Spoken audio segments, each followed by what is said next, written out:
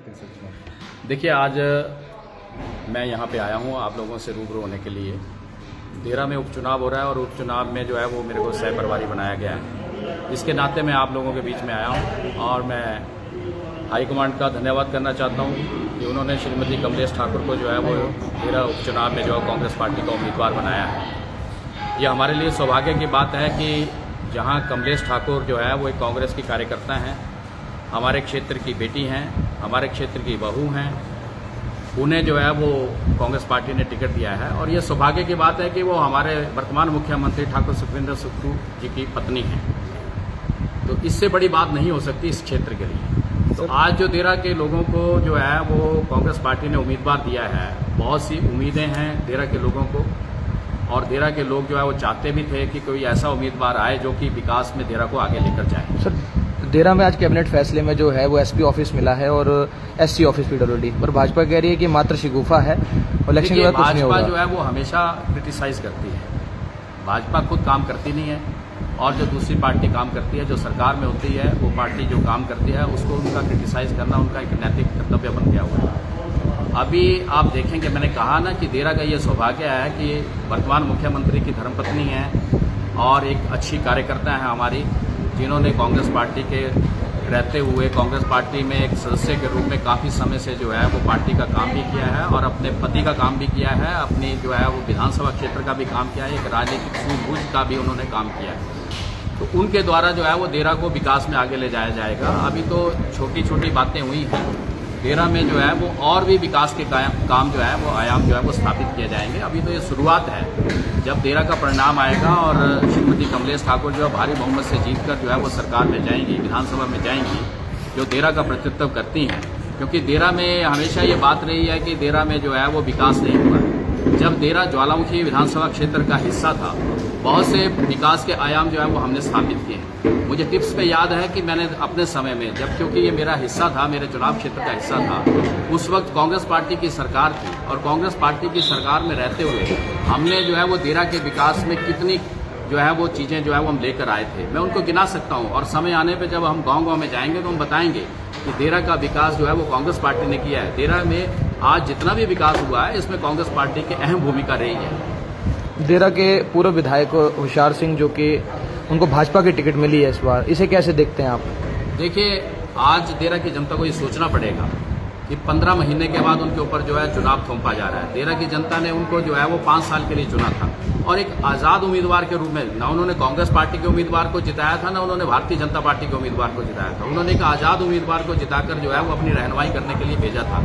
और आज़ाद उम्मीदवार तो जिस भी पार्टी की सरकार बनती उससे वो काम ला सकते थे, उससे विकास को आगे बढ़ा सकते थे। लेकिन एक षड्यंत्र के तहत इन लोगों ने एक षड्यंत्र रचा हिमाचल प्रदेश की सरकार को तोड़ने का, ठाकुर सुखविंदर सिंह सुक्खू की सरकार को तोड़ने का एक षड्यंत्र रचा, जिसमें ये कामयाब हुए और देरा की जनता के ऊपर इन्होंने जो है वो उपचुनाव थोपा है। तो आज देरा की जनता जो है इसका हिसाब जो है वो पूरा उनसे लेगी चुनाव। देरा के विधायक मंच से कह रहे हैं कि विकास नहीं हो पा रहे थे और उन्हें जलील किया जा रहा था। गलत बात है। देरा का विकास जो है, मैं इसका बिल्कुल साक्षी हूँ, क्योंकि मेरा चुनाव क्षेत्र जो है वो ज्वालामुखी के साथ लगता है। मेरे कई कार्यालय जो है वो देरा के साथ संबंधित है। जैसे IPH का मेरा डिवीजन था वो देरा।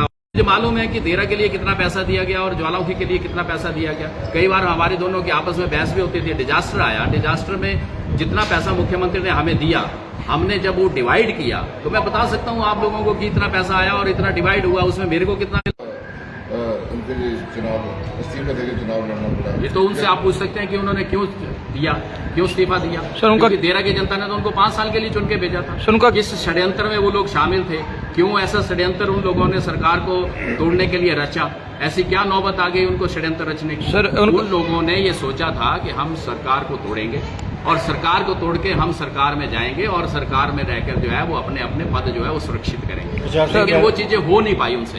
उनके कह रहे हैं कि 75 सालों से कांग्रेस लोकल कैंडिडेट नहीं दे पाई, जो लोकल तो है। और ये भी कहा कि 44,000 महिलाएं हैं और महिलाओं का अपमान किया है, बाहर से महिला प्रत्याशी। कहाँ से बाहर है?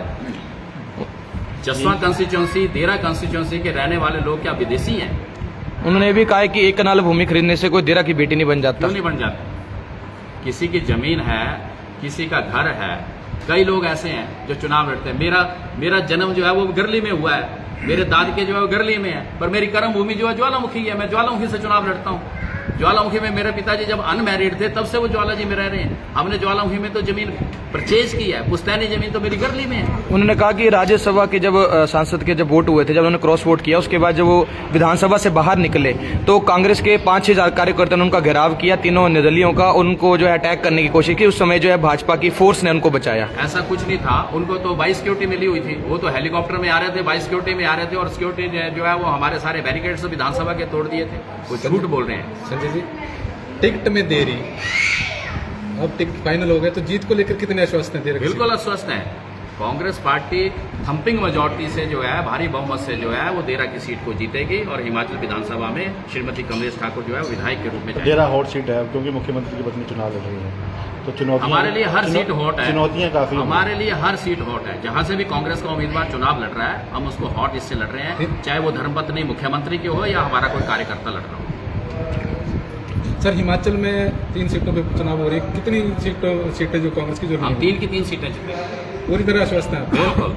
आपने देखा नहीं, हमने जो है वो 4 सीटें जीती हैं अभी। हिमाचल के लोगों ने, सर 2 हारी भी हैं। हिमाचल के लोगों ने बदलाव किया है, हिमाचल के लोगों ने बदला लिया है, क्योंकि उनको हिमाचल में ऐसा कल्चर नहीं है। ये देवभूमि का प्रदेश है, यहाँ पे लोग देवी देवताओं की पूजा करते हैं, साधारण लोग हैं। हम लोग ये जो अदला बदली, खरीदो फरोख्त, इन चीजों में हम विश्वास नहीं रखते हैं। तो हमारे लोग जो हैं वो इन चीजों का पूरा बदला लेके तीनों की तीनों सीटें लोकसभा की 4 सीटें हारी हैं। देखिए, लोकसभा का चुनाव और विधानसभा का चुनाव अलग है। जब आप देखेंगे जो हमने 4 सीटें जीती हैं, वहां पे लोकसभा के लिए भी वो लोग वोट डाल रहे थे और विधानसभा के लिए भी वोट डाल रहे थे। अगर ऐसा होता तो वो जो लोकसभा के लिए डाला उन्होंने वही विधानसभा में डालते, तो उन्होंने विधानसभा में क्यों डाला कांग्रेस पार्टी को?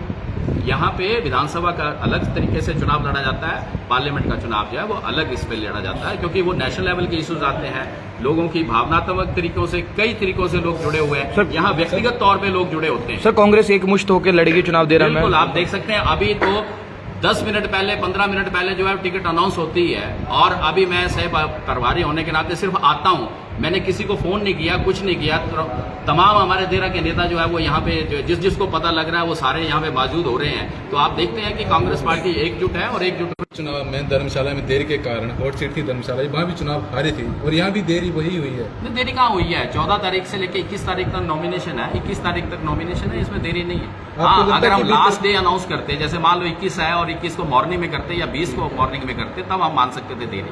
ठीक है, तो जो प्रत्याशी टिकट की दौड़ में थे वो यहाँ नजर नहीं आ रहे हैं, तो क्या वो भी नरदेव कमर जो है वो टिकट की दौड़ में प्रत्याशी थे और लेकर आए थे। डॉक्टर राजेश हो सकता है इधर उधर होंगे, वो भी आ जाएंगे, वो भी आपके सामने आ जाएंगे। अभी नहीं हो सकता है शिमला हो या धर्मशाला हो, कहीं बाहर होंगे। ये तो मैंने कहा कि 10 मिनट में हमने किया कि अभी टिकट मिला है। हम हाई कमांड का धन्यवाद करना चाहते हैं, इसलिए हमने एक छोटी सी यहाँ पे एक प्रेस कॉन्फ्रेंस आपको बुलाया। आपको भी इमीडिएटली अभी बुलाया हमने।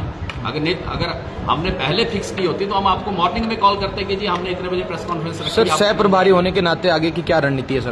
बिल्कुल, हम सारे लोग जो है इकट्ठा होकर जो है वो इस चुनाव को लड़ेंगे और भारी बहुमत से श्रीमती कमलेश ठाकुर को विधानसभा में भेजेंगे। ठीक है सर। एक बात आपने कही थी कि बाहर की बात करे थे ना आप, तो चलो कमलेश जी तो यहाँ से हैं, लेकिन यहाँ से हरवंश सिंह राणा जो खुनिया से थे वो जसवंत से इलेक्शन लड़े थे। हरवंश सिंह राणा नहीं थे, कश्मीर सिंह राणा। छोड़ो इन बातों को, ऐसा कोई इशू नहीं है। नहीं, बाहर से कौन है, अंदर से कौन है, ये जनता फैसला करती है। ये जनता फैसला करती है। श्रीमती कमलेश ठाकुर देरा सब डिवीजन, अब तो हमारा सब डिवीजन जो है वो ज्वालामुखी में सिविल सब डिवीजन हो गया। हमारा जो है वो पहले कोटला में भी हो गया था, देरा में भी। देरा सब डिवीजन एक सब डिवीजन। बीजेपी ज्वाइन से